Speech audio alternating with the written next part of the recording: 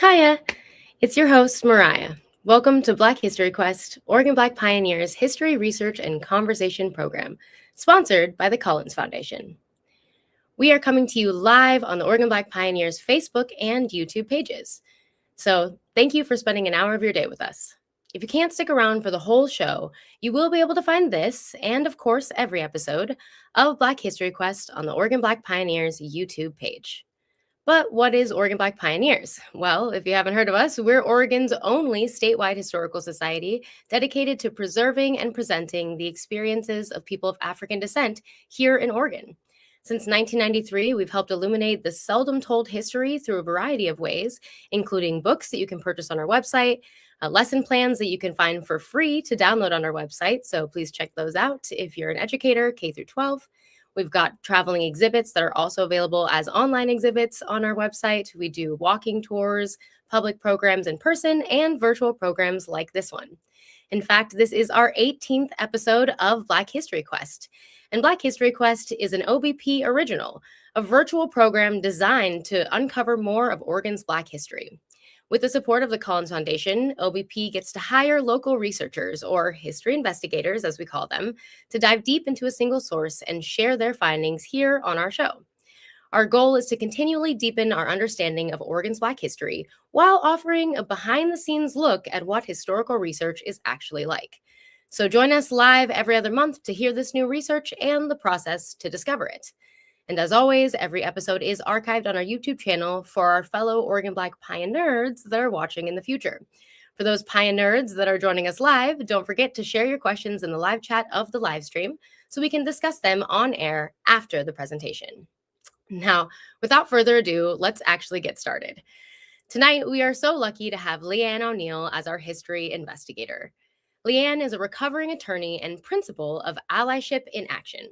She provides facilitation and consultation services that are rooted in place and enriched by lived experience to inspire transformative change and belonging in her Central Oregon community.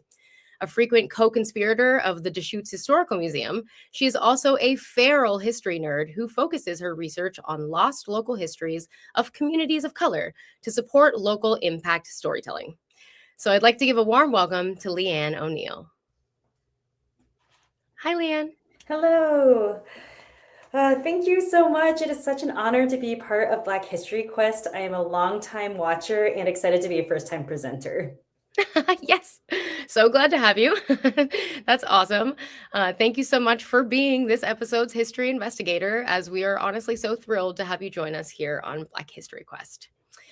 So, LeeAnn, as you know, all Black History Quest's investigations begin with a source, something that sparked an interest. So can you start with giving us a little glimpse into what you were looking into and what it was that caught your attention about it? Yes, so Kelly Cannon Miller, who's with the Deschutes Historical Museum, and I have had a long partnership together to rediscover stories about communities of color in Central Oregon. And when we started working together, she did this massive brain dump of the magical repository that is her brain, and mentioned that at one point there was a Black woman in Bend whose home was raided a ton of times during Prohibition. And she was actually the one who suggested that I follow that thread for Black History Quest. And it turns out that that nugget information was provided by Brad Lemon, board member for the museum, and his research buddy, Mike Berry. And they had found a newspaper clipping from the Bend Bulletin dated January 29th, 1925. And that article was what provided the beginnings of Cleo's story. And just a side note, Brad Lemon has not only been a collaborator for an early episode of Black History Quest on John Brown's Deschutes County story, but he was also really instrumental in unlocking clues for my own genealogy research and property research related to this story. Oh, amazing. I was just about to say, I was going to mention that about Brad Lemon, but of course, as an avid watcher, you already knew that you are, in good company as a fellow history investigator with him. And it's honestly so beautiful to see that he is just continuing to do this work on the sidelines as he has been doing in much, in many, many capacities. So that's awesome. Now, I'm curious, what sorts of questions did you have about this source and what did you think it might represent? Well, First and foremost, I wanted to understand what the Bend Police Department had against Cleo and how the heck her house was raided so many times. It averaged about once a week for an entire year. And more than that, I really wanted to understand more about her role during Prohibition in Bend. I was secretly hoping to find out that she was a big bootlegger and had a still out in the desert. And at the end of the day, I also saw her story as representing one of the everyday stories and not the ones that we put on a pedestal, because we've had other stories that have unlocked kind of bigger, deeper, community-based stories. And this one I saw as maybe being a little bit more of maybe an everyday experience for a Black woman in Bend. Oh, wow. I love that so much. That sounds, I hope I hope that you were right. And we'll see here in a moment if you were. But I know that I'm excited, and I'm sure everybody in the chat is also excited to learn more. So I'll go ahead and turn it over to you to present the info you found. All right. So this is my inspiration article that I got from the Bend Bulletin, and that was already in the archives. And this article is from January 25th, 1925. And the title reads, "Two Arrested in Police Raid." More than 50 times in the last year, the Bend police have raided the house at 810 Arizona, owned and occupied by Mrs. Cleo Kelly, colored. In the past, these raids have been uniformly unsuccessful, but Monday morning, the police tried again, and this time their persistence was rewarded. Hidden in the woodshed, they found 4 quarts and 3 pints of moonshine whiskey. Mrs. Kelly and Joe Bush were arrested. Bush was placed in jail, and Monday morning he pled guilty in Recorder Louis Bennett's court to a charge of possession of liquor after giving Bush one of the most severe lectures that a police judge has ever addressed to a law violator in Bend. Bennett fined Bush $500 and sentenced him to spend 30 days in jail. Mrs. Kelly, arraigned in the afternoon, asked for time until 2 o'clock Tuesday afternoon in which to plead. The charge against her is that of maintaining a disorderly house. Due to the lack of jail facilities, it was found necessary to release Mrs. Kelly on her own recognizance.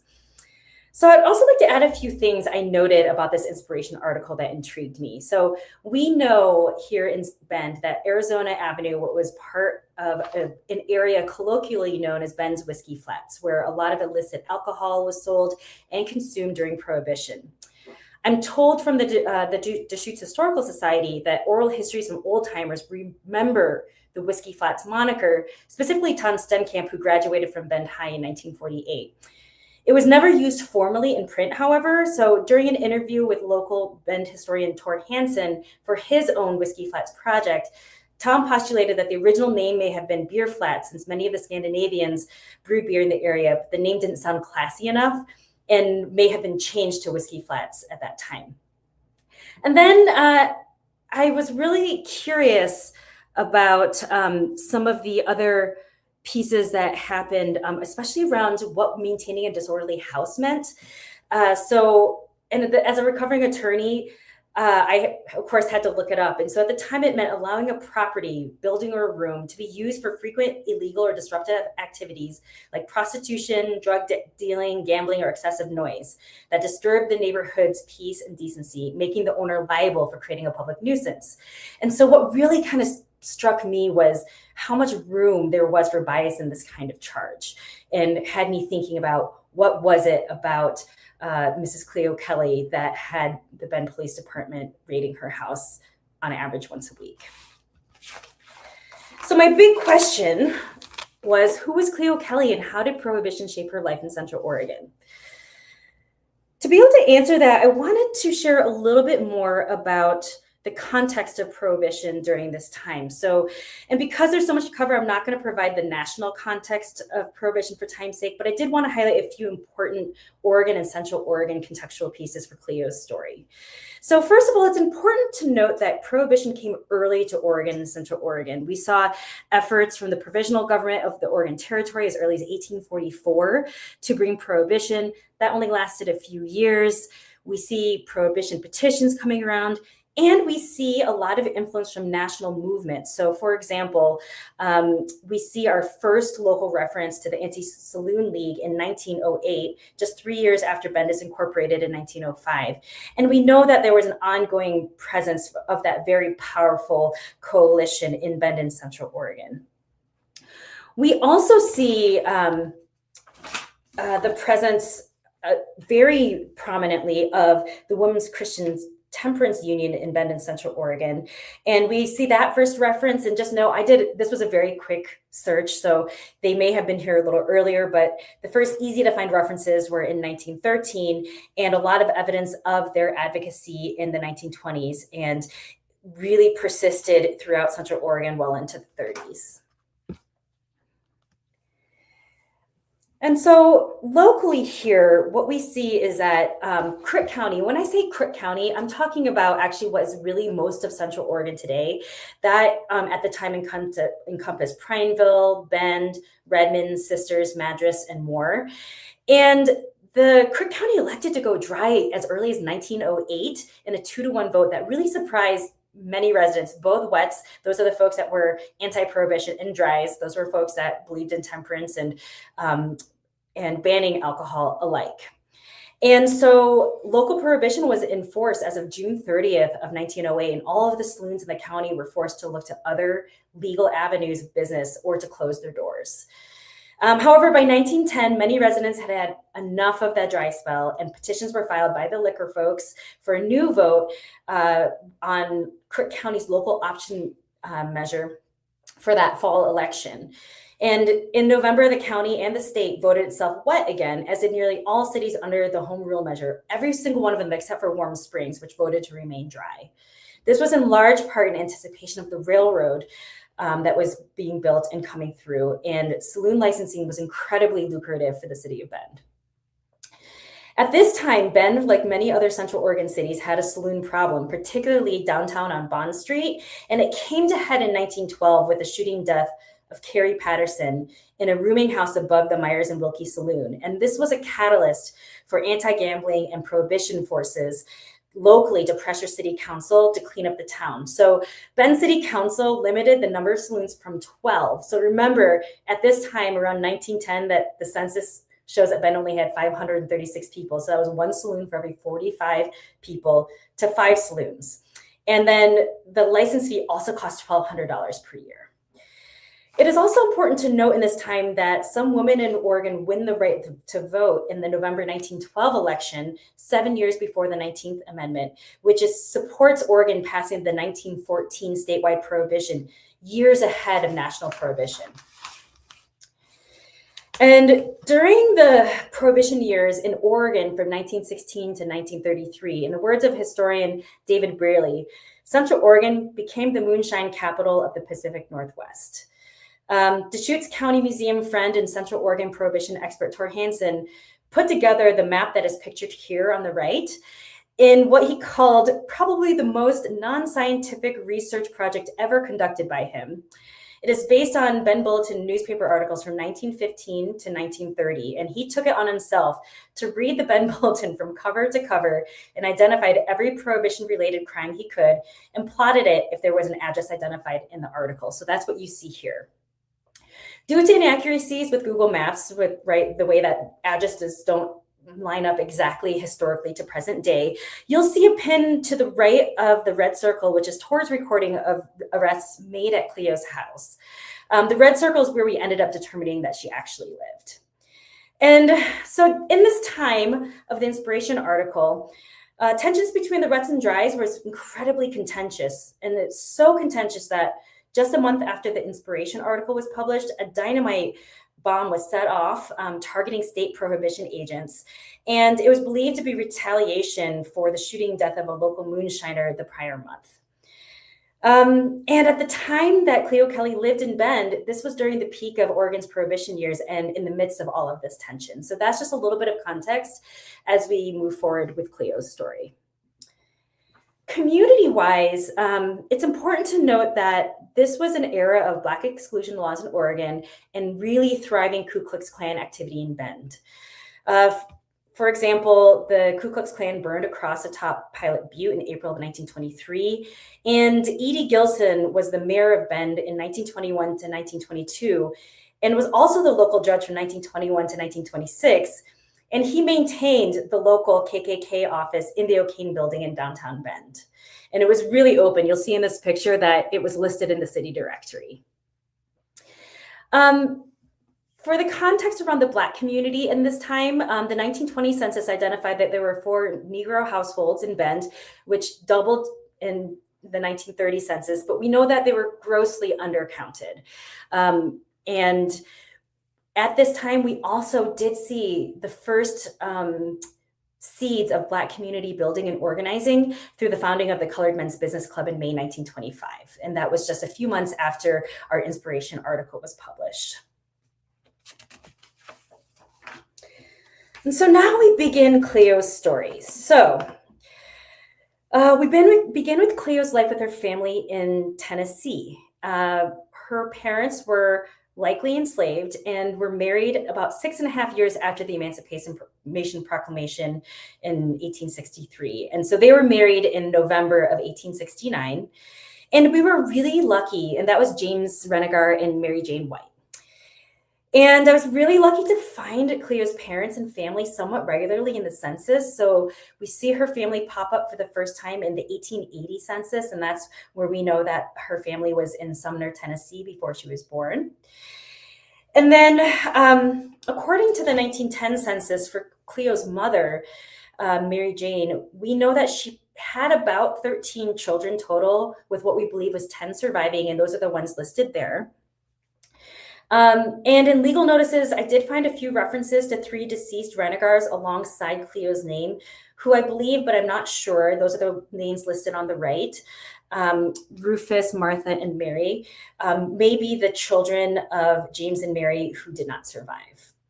So Cleo, you'll see, is the youngest of 10 surviving children and also has the most storied history. I did try to research each of Cleo's siblings and found very little on her 6 brothers, and I found no evidence that any of them had any children or have living descendants. I found a little bit more on her 3 sisters with whom she had a closer relationship, and Annabelle, who you'll see was kind of in the middle of the pack, adopted her stepdaughter Rita Rosa Enriquez and is the only one who has living descendants today. So here we are in Cleo's very early years. So we believe that she was born on March 10th, 1891. And I got this birthday information from her death certificate, which we know that the census numbers and estimates sometimes are incorrect. I saw a variety of ages throughout the various census records that we have for her. So this is the one I chose to use because it was on her death certificate. In the 1900 census, we see that Cleo is identified as being 9 years old and is going to school in Jordan Valley Township in Pawnee County, Oklahoma, living with her parents and her siblings, Annie, Thomas, and Emily, who also goes by Emma. Just as a note here, you'll see in this census record that her name is identified as Cleodida. We also see her as Cleota and Cleota and Cleo throughout the various records. Then in the 1910 census, she's identified as being 19 years old, and both she and her sister Emily are counted twice in this census. So once with her parents in House Creek Township in Pawnee County, Oklahoma, on the farm that they owned, and that's the record on top there. And once with her sister as a servant in the hotel industry with George and Lily Givens, that's on the bottom there. Excuse me. This is the last time that we see her father, James Renegar, in the census. And by 1920, her mother is widowed, and I wasn't able to find a death certificate or anything else that would help us know when Cleo's father died. Excuse me, I have something caught in my throat there.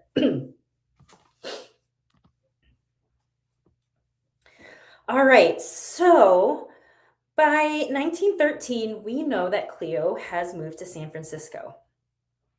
You'll see on the upper left hand there, a marriage notice that is from the San Francisco Examiner. And then we also see an advertisement that her sister placed in the San Francisco Chronicle for work. And it appears that they may have moved there together. And her sister at this time is married to Edward Stevens. And you'll see that she is referred to as Emma here instead of Emily. I wasn't really able to find anything about why the two of them moved out to San Francisco or where they met their respective spouses. My best guess is that Cleo and her siblings were early migrants during the Great Migration. So we have to remember that through 1910, more than 90% of the African-American population lived in the South. And that there was a time when large cities like San Francisco had cultural, social, political, and economic influence, and African Americans were able to establish culturally influential communities of their own. And so I see this part of Cleo's life as an active individual and collective agency. And one of the theories I have around how Cleo and George met is that we see in the 1900 census that George is 24 years old, single, and living with his parents in his parents, whose names are Lewis Wycliffe and Lucinda Wycliffe, in the Indian Territory of the Cherokee Nation in Veneta, Oklahoma. And Veneta, Oklahoma and Pawnee County, Oklahoma aren't actually that far apart. They're just about 120 miles from each other. So it is possible that George and Cleo met in Oklahoma before they were married in California. As a quick note, the address listed in the marriage license at 1880 Sutter Street does not exist anymore. But this is where Google Maps on the right says, on the left-hand map, that pin is where Google Maps said it would be present day, and that would be in the historic Fillmore district.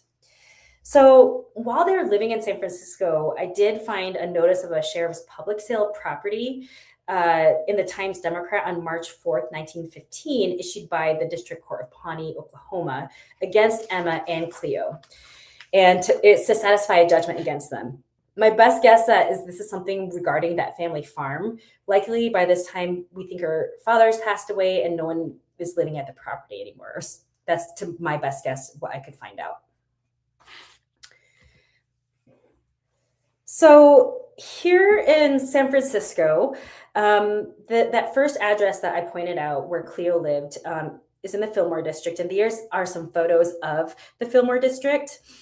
Something important to note is that in the early 1900s, San Francisco was segregated, but in the Fillmore, it was a little different. The 1906 earthquake had damaged a lot of neighborhoods where people of color were allowed to live in the city. However, the surviving Fillmore district after the earthquake had inexpensive real estate and a history of accepting immigrants. And each group really significantly contributed to the local culture and earned the Fillmore district a reputation for being one of the most diverse neighborhoods in San Francisco. And it's interesting to note that later it eventually becomes known for having one of the largest jazz scenes on the West Coast in the US. And so based on where I think Cleo's residence in San Francisco was, she was just about 1.5 blocks from where Sutter Street intersects with Fillmore Street, which is the main shopping area and boasted the infamous Fillmore Arches, which you can see in the image on the left there. And the image on the right is an image of Sutter Street. So I'd like to think that this was a really fun time for Cleo in her youth, being in San Francisco in this really vibrant, diverse neighborhood.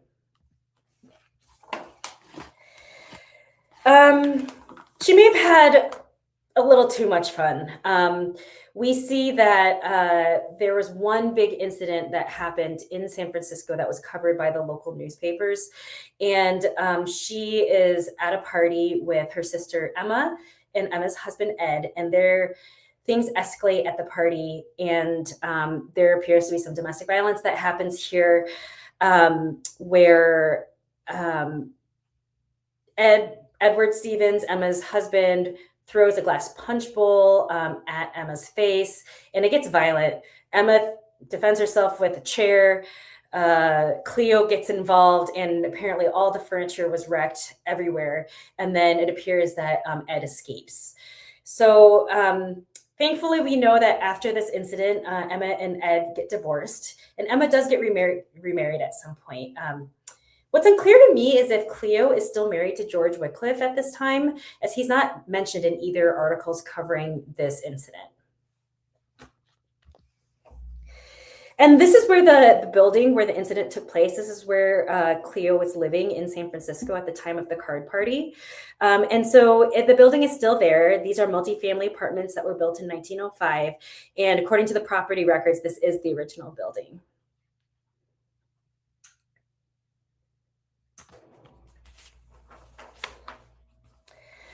All right, so now we know that, so I did find out that Cleo and George are still married as of September 18th. So while we don't know if George Wycliffe was present at that party, we do know that Cleo and George are still technically married as of September 1918 from George's draft registration card, which is pictured here. And it's really unclear how long both Cleo and Emma lived in San Francisco, but by 1920, we know that Cleo is no longer living there. And that is because we see her in Seattle.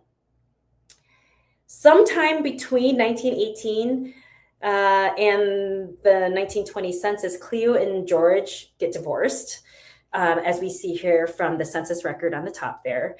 And by 1942, we see George on his own in Nevada, and we know this through his World War II draft registration card. And he doesn't identify being with Cleo anymore there. So from the 1920 census, we know that Cleo is living in Seattle at 1815 25th Avenue, that she's identified as being 28 years old, divorced, and her occupation is a servant for a private family.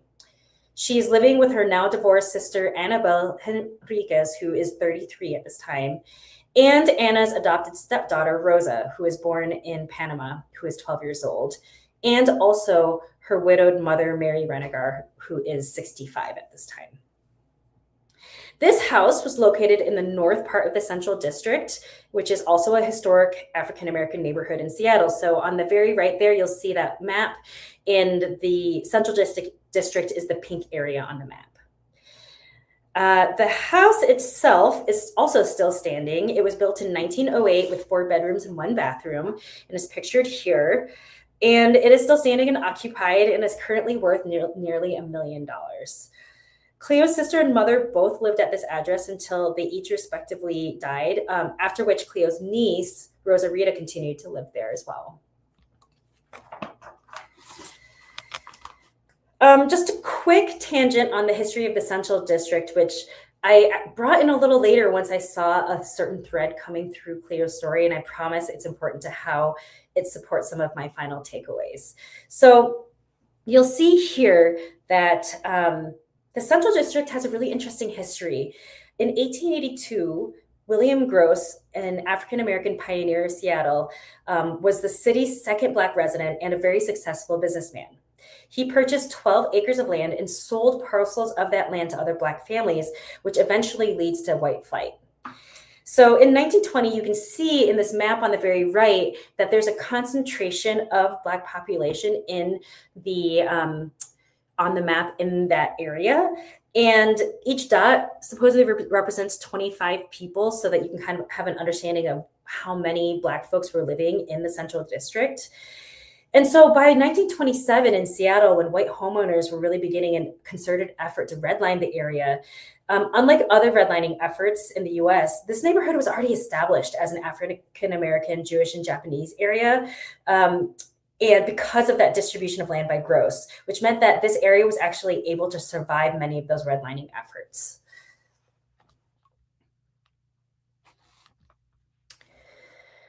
Oh, and then just really quickly, that photo on the left is a picture of from the era that just a few blocks away from where Cleo would have lived, of what that neighborhood might have looked like. So in 1920, Cleo gets remarried, and this is where we find James Kelly comes into the picture, and where we get her last name that she'll carry for the rest of her life. They get married on June 22nd in 1920, and so we've got her marriage certificate here, and the notice of the marriage license was also published in the Seattle Union Record. Unfortunately, this marriage also appears to be short-lived, whether through divorce or death of James Kelly. I wasn't able to determine actually what happened there.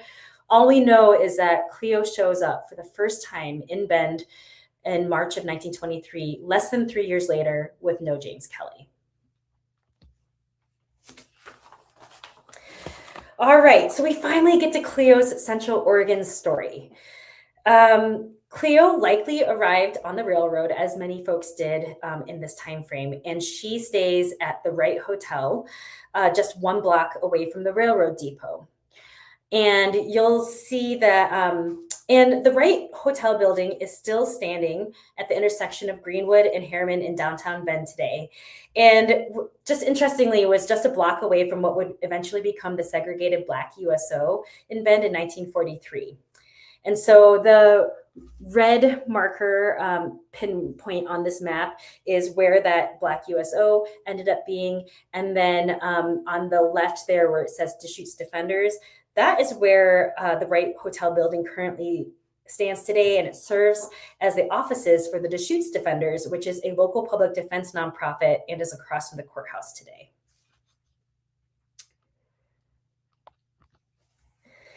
So this is a picture of the exterior of the Wright Hotel, and it is on the National Register of Historical Places.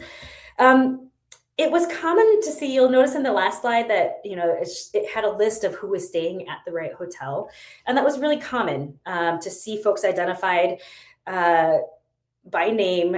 And for Central Oregon, with several other stories of Black community members, we noticed that we would see them for 1 or 2 weeks, staying at a local hotel and then moving to permanent residence in town as the first point of contact with the community. So the Bend Bulletin printed the guest list of what they considered the higher class hotels in town, which included the Pilot Butte Inn, the Hotel Cozy, the Downing Hotel, and the Wright Hotel. There were also a few other hotels identified during this time, but usually within the context of Prohibition raids. So for example, the Boyd Hotel was raided in 1923, and they found 6 gallons of moonshine there. I just wanted to note that was a really big quantity, the 6 gallons, as compared to when Cleo was raided in our inspiration article, where they only found 4 quarts and 3 pints. And so also kind of that piece around why was the Bend Police Department so intent on coming after Cleo. And we know that at this time in the mid-20s, it was kind of curious to see which hotels would allow Black folks to stay there. So we do have accounts from this time frame of Black folks being able to stay at the Pilot Butte Inn, the Hotel Cozy, and the Wright Hotel.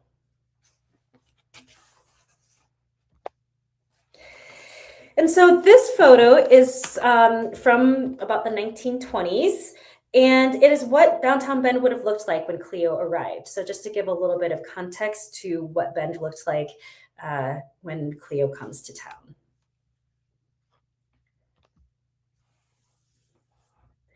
We know that shortly afterwards, Cleo becomes a homeowner and she buys property at 810 Arizona. And this is the address that is identified in the inspiration article. And holy crap, it was a hard task to dig through the property records to really understand the story of Cleo's property ownership. This is because the Central Oregon Daily was really struggling with typos and mistranscriptions. It's no surprise that the Central Oregon, the Central Oregon Press went out of business just a year later.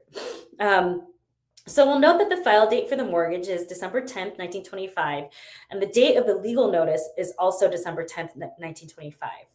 So part of this research required me to request the property and mortgage records from the county clerk, which tends to confirm our theory here, because we saw some different references to different blocks and lots that were not actually accurate.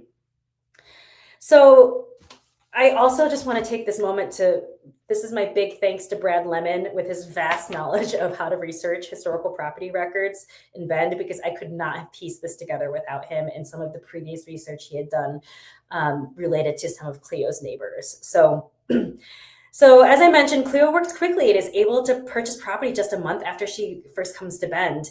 And according to the property records, she purchases the 810 Arizona Avenue property for $1,100 from Emma and Levi Ryan. I wasn't able to find anything about Emma Ryan or Levi Ryan. I don't know if they were white or black. They lived in the state of Washington when Cleo purchased the property.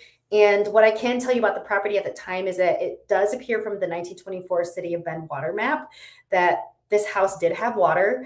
Her neighbor, Ed Simmons, who I'll talk about a little bit later, who lived next door at that time, did not have water. This is also the only other place I see a reference to Lucille Settle, who we know is a Black woman who helped manage Cleo's house. And she becomes a little bit of a highlight later on in Cleo's story.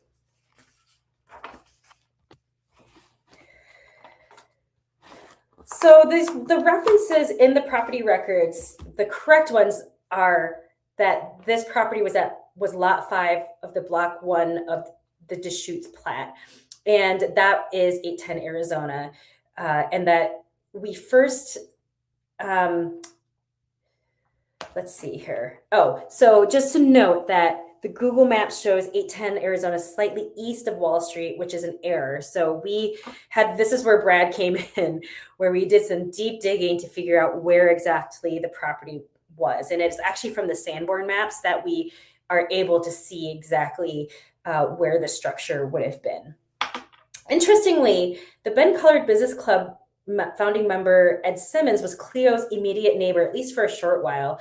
And his address in the 1924 to 1925 Polk directory for Bend was 804 Arizona, right next door, which he actually also ended up owning.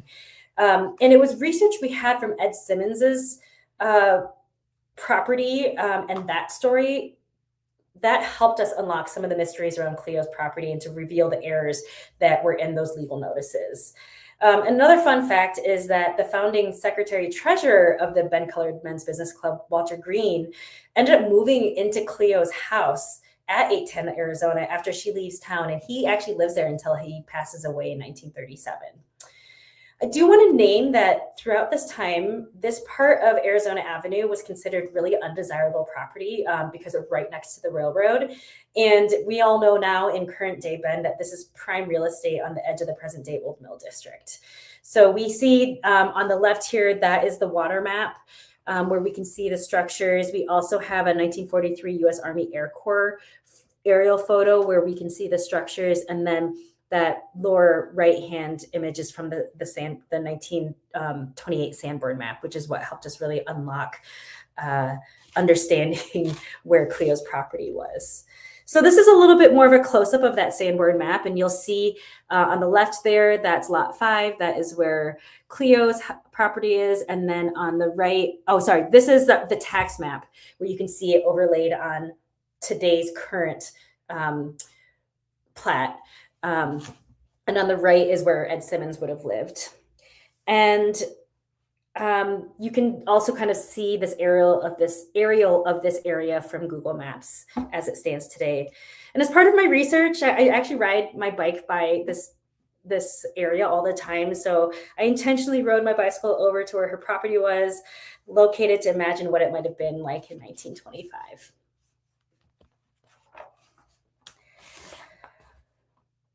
All right. So we see in July, Cleo hasn't been in town in July of 1923, that Cleo becomes a witness in a really, really big assault case.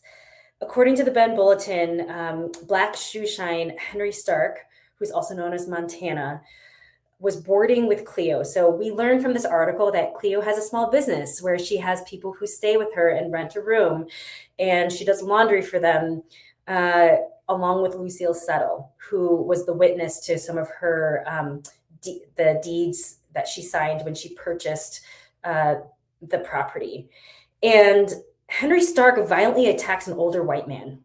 Herman Schaffner on 11:30 p.m. on a Friday night. And he lived in a small house at the rear of the lot that was a part of Cleo's property. Lucille Settle at this time is helping her out with the house. So she's someone that's helping manage the folks who are renting rooms and perhaps helping out with the laundry and whatnot. So we know that there was probably gambling happening, probably drinking happening, and that the police had been by the house earlier that evening at Cleo and Lucille's request. They had come and confiscated a revolver from Stark.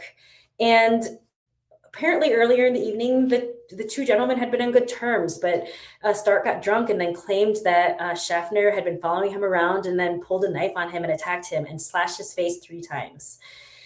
Schaffner picks up a broken axe handle to defend himself, and then Stark grabs an iron bar, and Cleo gets into the middle of this fight, grabs Stark, and allows Schaffner to escape. Then Lucille persuades Schaffner to walk downtown to get medical assistance because his face has been slashed 3 times. And we actually find out that there was an artery at the temple that was severed, as well as a facial nerve. So he's really bleeding out his face. There apparently is, they go downtown about 0.7 miles or a 15-minute walk to get to Dr. Vandervert to sew up the wounds, which required 20 stitches.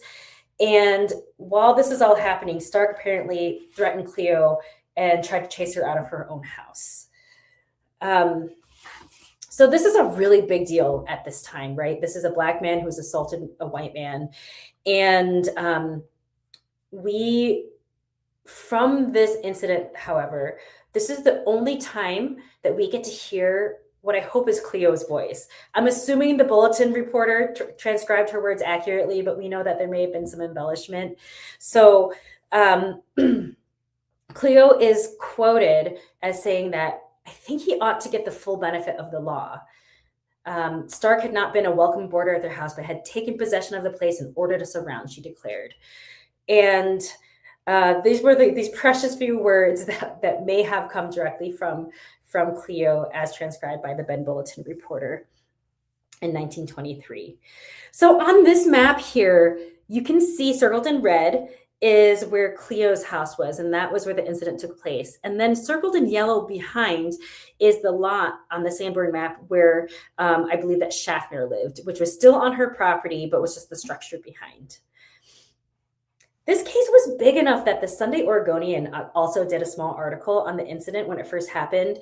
And then we see this trial and the progress of this trial on the front page of the Ben Bulletin throughout the whole process. It's also important to highlight. So remember how I mentioned that Edie Gilson, who was the local Ku Klux Klan leader, he was the exalted Cyclops at the time, that he was the judge here. Well, he was the judge in this case. So in fact, he had his KKK office exactly where Schaffner stops bleeding, and Lucille Settle brings him to the O'Kane building where the KKK office is. During the preliminary grand jury hearing, Stark's defense attorney, his approach to the case was that Stark responded in self-defense and did not start the fight. That the fight was in reality a brawl in the home of colored people, and that a white man had no reason for being in such a place. The Stark's defense attorney argues that when a white man seeks the company of colored people, he should take what he gets. And then the news article noted that the small crowd in attendance at the hearing was practically all the colored people in Bend, which to me just shows, one, that this was community coming to support, I hope. And also it was some of the justifications around the who should be at fault really reflected the racism and the deep racism of Bend and Central Oregon at the time. So the trial against Stark takes place about 3 months later with Cleo as the key witness, and the jury finds Stark guilty, but with recommendations for leniency in sentencing.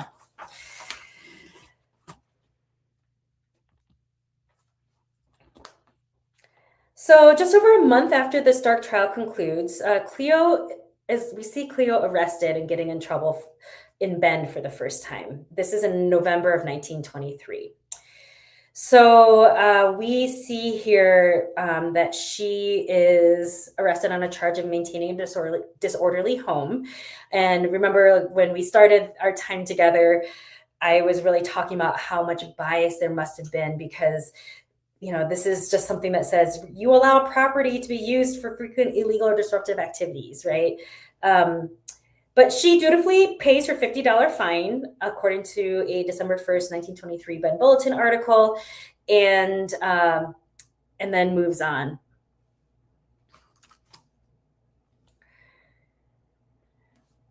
We see kind of this was an interesting piece of the story, because I'm not sure why we see Cleo in Klamath Falls in 1924. And interestingly, seemingly with an alias of Elsie Moore. And this is a little bit of the puzzle that I was not able to unravel, and I'm just dying to understand what happened here. So we see a random incident where she's arrested in Klamath Falls for creating a disturbance and being intoxicated in a hospital there. She's fined $25 and sentenced 10 days in the city jail. It's unclear if she was living there or just visiting, or maybe just lying low because the Bend Police Department is coming after her. And this is also the only time we see this reference to an Elsie Moore related to her as Cleo Kelly. So I have a lot of questions from this part of her life that never got answered. By 1925, though, we see her back in Bend. And January 1925 is when our inspiration article comes back into play. And this was not a good time for Cleo. We actually see her getting arrested a couple times in January. And we know that from this inspiration article that through all of 1924 that she was getting raided a lot. So my theory is that she maybe was hiding out in Klamath Falls a little bit because she was trying to get some of the heat off of her from the Bend Police Department. And I don't think I ever got to the heart of why she was targeted so much, other than, systemic racism. But we know that, as a Black woman in KKK era Bend, running a housing establishment in the Whiskey Flats, it was probably inevitable at that time.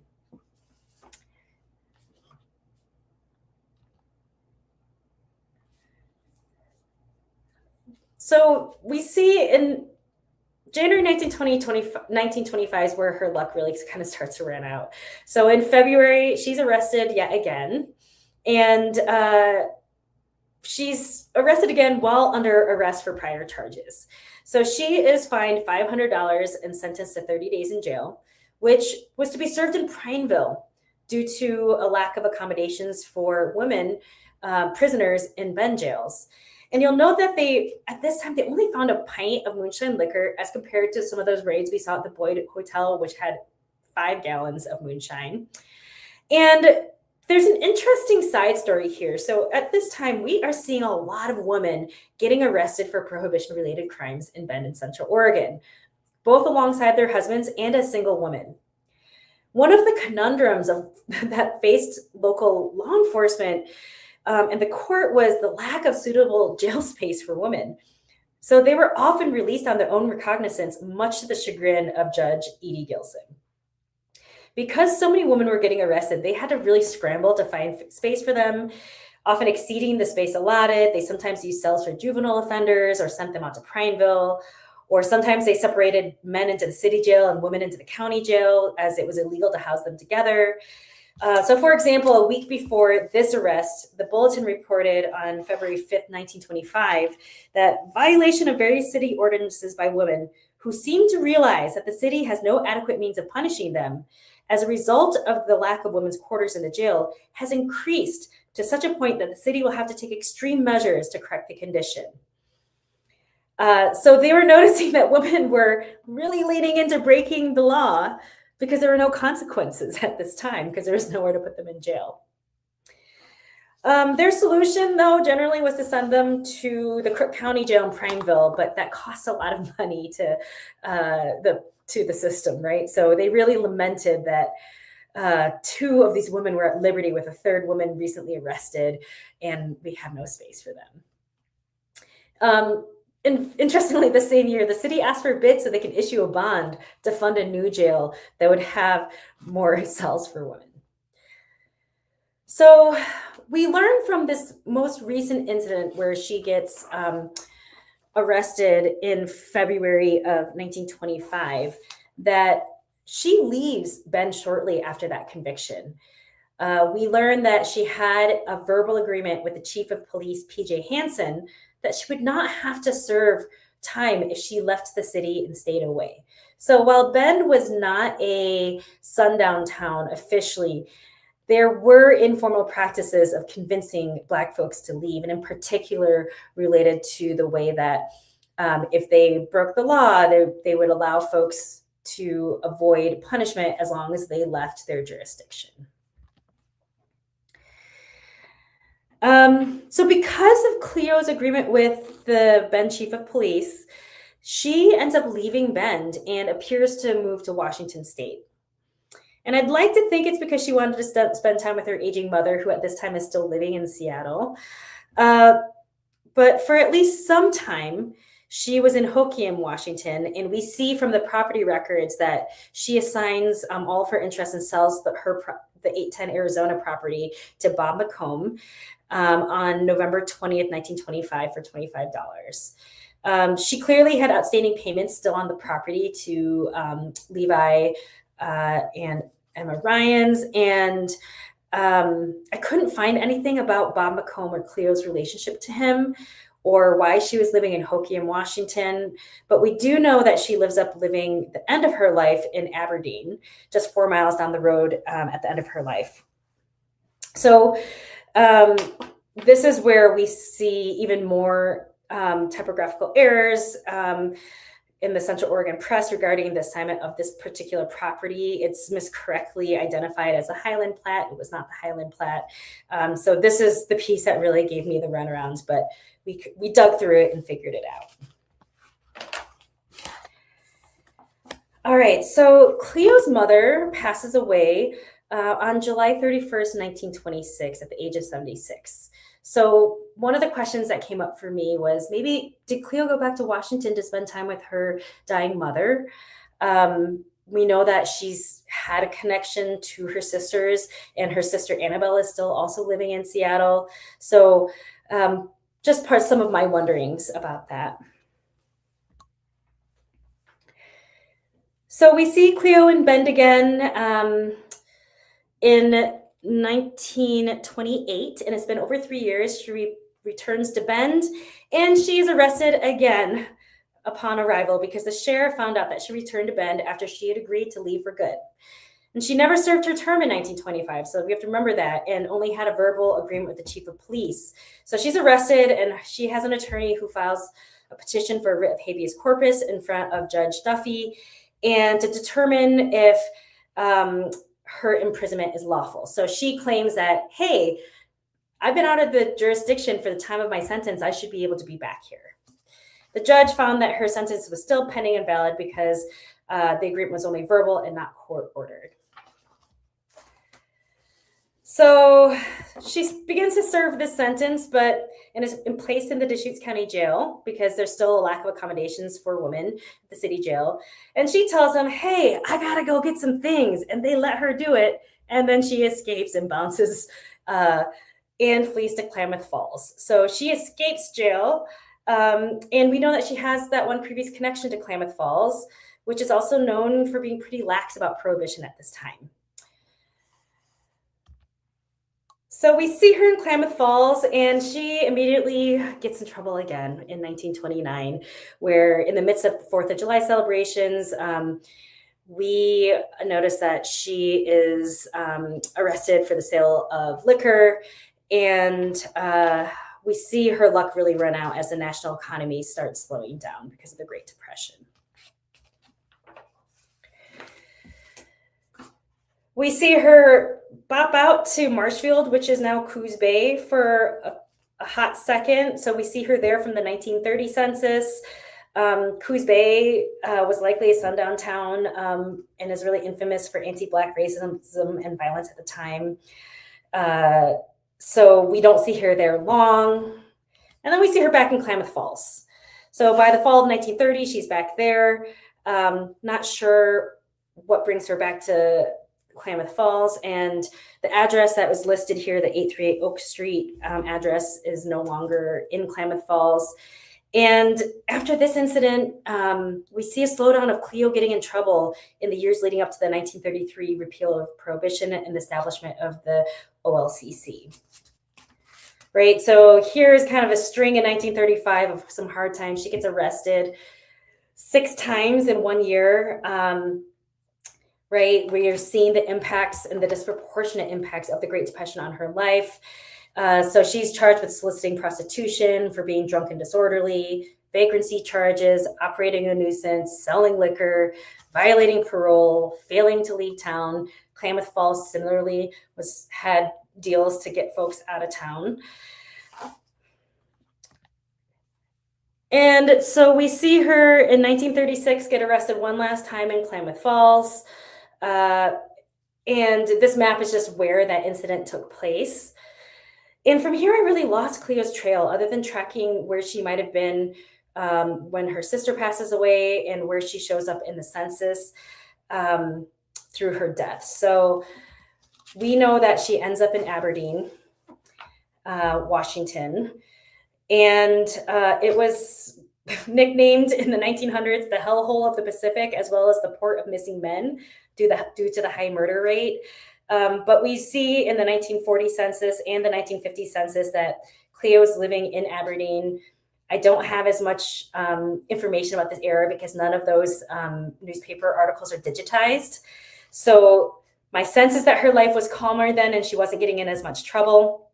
I did reach out to a Facebook group called Aberdeen, Washington History and Memories to see if there might be anyone who grew up there that might have oral histories, but to no avail.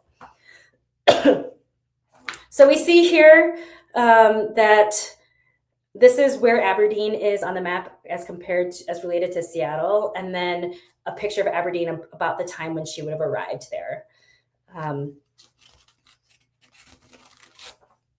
And then Cleo dies. On October 3rd, 1961, we have her death certificate here, and she was only survived by her sister Emma and her niece Rosarita. She was about 70 years old and buried at the Lakeview Cemetery in Seattle, Washington, with her sister Annabelle. And it says that she just died of acute hemorrhage, so we don't really know what happened. I did contact the courthouse in Grays Harbor to see if she had any probate records, but to no avail. But we do have a picture of her gravestone in the Lakeview Cemetery, and that her sister Annabelle is there. Her mother was actually cremated and buried without a headstone by Lakeview Cemetery, and her niece Rosarita also is there, as well as all of her descendants. So this became a family place for the only living relatives of Cleo. So to bring us to the takeaways, like, who is Cleo Kelly and how did Prohibition shape her life in Central Oregon? I learned from Cleo's story that she really challenged traditional gender roles with relatively short marriages and spending most of her life single. And at the same time, she valued family and she stayed connected to her mother and sisters throughout their lives. She was a homeowner and was willing to start afresh when needed. She took advantage of the fact that women during Prohibition were often less scrutinized by law enforcement than men, and was not afraid to make a deal with the then chief of police or escape when the opportunity arose. I also learned that as a Black woman, she sought out community wherever she went to support her safety. In each place she lived, we can see her connection to the local Black community, from living in the Fillmore district in San Francisco to the Central district in Seattle to Whiskey Flats in Bend, where she lived next door to Black community member Ed Simmons. She was able to navigate the Prohibition era's economic challenges and achieve economic independence as a single Black woman by operating a home-based boarding and laundry service. She resiliently faced discrimination over and over again, and the fact that she was subject to 50 Prohibition-related raids in a single year before alcohol was even found the first time at her house in Bend is a testament, just a small snapshot of what she had to put up with by local law enforcement.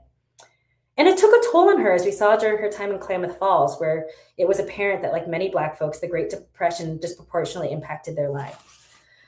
And while she lived much of her life in survival mode, especially during Prohibition, I really see her as pushing boundaries as a youth and being an explorer. And hopefully having lived out her life relatively peacefully in the end. And I think that's where I'm gonna stop things. Wow, Woo! that was so much information. So much. Yeah, thank you so much for doing this incredible research and taking the time to share it with us in what, like, I would describe as kind of like a beautiful and dark, but like a case study of what it would be like to be a Black woman in this era in Central Oregon. You kind of, were able to weave in both national and the statewide circumstances that she would have been experiencing, while also highlighting the very specific details that Cleo Kelly had. And I just really want to commend you for managing to like weave it all together in such an incredible way. um, I have lots of questions. I'll try to keep it brief. One of the questions that I'd love to ask is, you know based on the like very small, the very minimal amount of alcohol that was being found in these raids, do you think that it was more likely that she was just in possession, or maybe potentially kind of acting as a salesperson, but not likely the person that was actually like making the moonshine? Yeah, I don't think she was making moonshine. That was happening out in the desert in the lava caves. Sure. I think that maybe she had some small amounts on herself for personal use. I imagine that her lodgers brought in a lot of the liquor, but the stuff that was found in the woodshed, I imagine is probably for her own use and maybe a little bit of resale. But I don't think Right. that was her primary source of income. That's so interesting. So she was like an actual businesswoman, running these boarding houses all around Oregon, but she would end up getting targeted for just what was likely her own personal stash, which is Yeah. just really unfortunate. You actually said that the first time that she was or confirm if this is correct, but you said that the first time that she was arrested was after that trial that she was the key witness in. Is that correct? I think so. Yes. Yeah. Yeah. So, given that, do you think that she was maybe targeted after being such a like vocal and visible member of the local Black community? Like, do you think that there's a possibility that this is why we start to see arrest after arrest after arrest? Yeah, maybe because right, we had a violent incident of a Black man assaulting a white man in her boarding house, right? Right? Yeah, So true. yeah, and so her boarding house may have slid under the radar until that very high profile incident. That makes sense. And then I have to ask, so to clarify, you did not find any additional references to this like Elsie Moore alter ego? No, Dang I it. was hoping that she had changed her name and had a whole second life, but no. Oh, okay. Fair. Well, maybe we'll find some threads of that sometime. I also want to point out that we've gotten multiple comments in the chat about how amazing this was, what a great research project and presentation. And then we also got a really great question that I would love to ask. Given the number of Black residents who appear in the area that Cleo Kelly was living, do you think that Bend residents of the 1920s would have considered that Arizona street as like the Black part of town? Or was there even enough people for that to be a designation? It's Based off your interesting. research. I do think that there was a concentration of Black communities that did live in that area. It was not the only area though. So Sure. I also did research on the Bend Colored Men's Business Club, where I was able to see where a lot of those business club members lived. And we did see folks that were on kind of like the northwest side of town, where the now Aubrey Butte area kind of starts, where there was like a small concentration of folks there. But this is definitely the area where we saw at least the most convergence at that time. But I'm not sure there were enough Black folks to have a purported Black neighborhood necessarily. Right. No, that's totally fair. But it is interesting to note that they were in what was the undesirable area and now is, of course, one of the most desired, kind of a commonplace trend in America, it seems. But so I want to be mindful of the time. So I guess I'll go ahead and ask the last couple questions. In what ways did your findings meet your expectations, or how were they different? Like, if you could kind of sum that up for us, we would love that. Yeah, I actually was not expecting to find as much information as I did. I thought when I started this, I was like, ooh, how am I going to stretch this to actually be a full program? since I had struggled to find this kind of information for other Black community members. And what ended up happening was I had way too much. And this is actually a very narrowed down version of my original presentation. So, and it still kind of went over what I'd hoped to have for this time. I'd also hoped to find a relationship between her and the Bend Colored Men's Business Club, because I wanted her to have a deep roster of community support in Bend. But I had to stretch it. I was like, we have a neighbor, right? And another guy who lived in her house after her. So, yeah. And then I think my biggest disappointment was that I really wanted her to like be out there making whiskey in the lava caves, and that was not what happened. That's fair. Yeah, it would have been really exciting to find a story like that, but reasonable that that's not what you uncovered from the research. Yeah, that's fantastic. I also want to know, I think you've kind of alluded to it in the presentation, but where would you go? What would be the next step for your research from here? 100%. If I had all the time and resources, I would have liked to gone in person to Aberdeen to go through the physical archives of their local newspaper, because she lived there for so long. And while I was able to send a few requests to the courthouse and the county recorder, and they tried really hard, but it's so hard to do this kind of research from afar when you don't have everything digitized.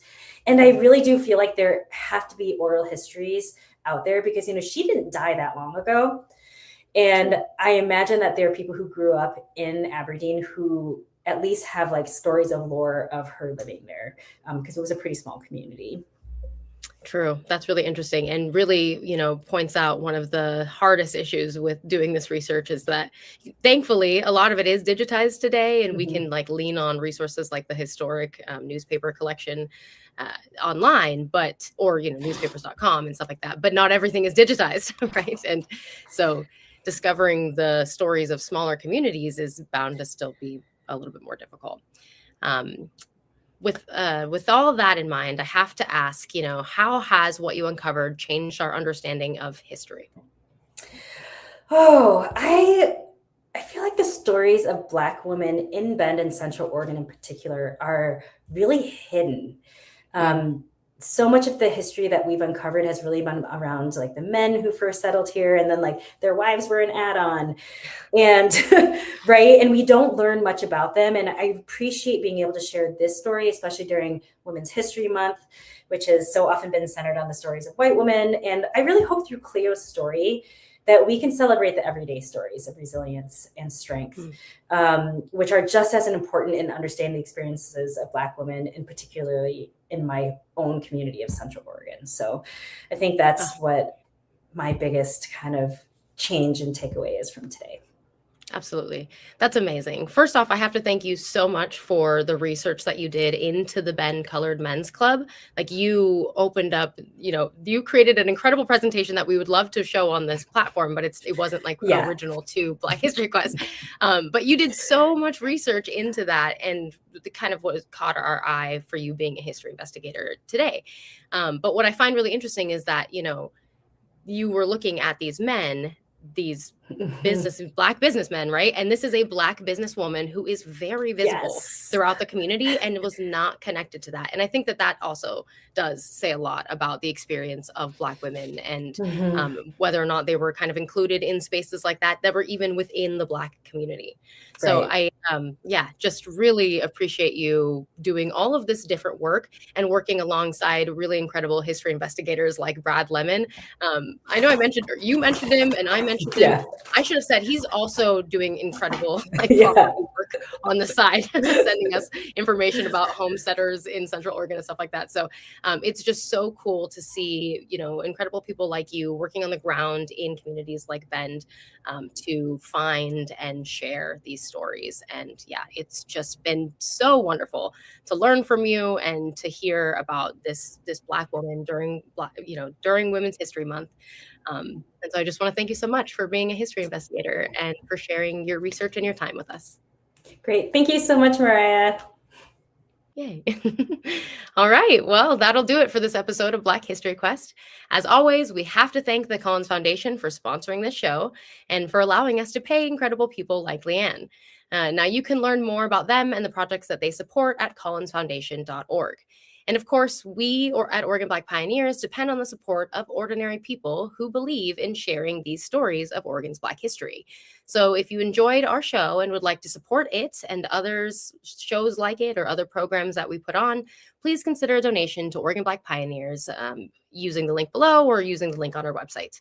You can also sign up for our newsletter on our website or follow along with the work that we do online on Facebook, Instagram, Blue Sky, YouTube, all that good stuff. And if you have any questions about this episode or would like to become a history investigator yourself, please send an email to hello@OregonBlackPioneers.org or check out our website at OregonBlackPioneers.org. Now, stay tuned for the next episode of Black History Quest in May, where, as always, we'll answer the question, how can one source change history? Thank you again for joining us and have a wonderful night.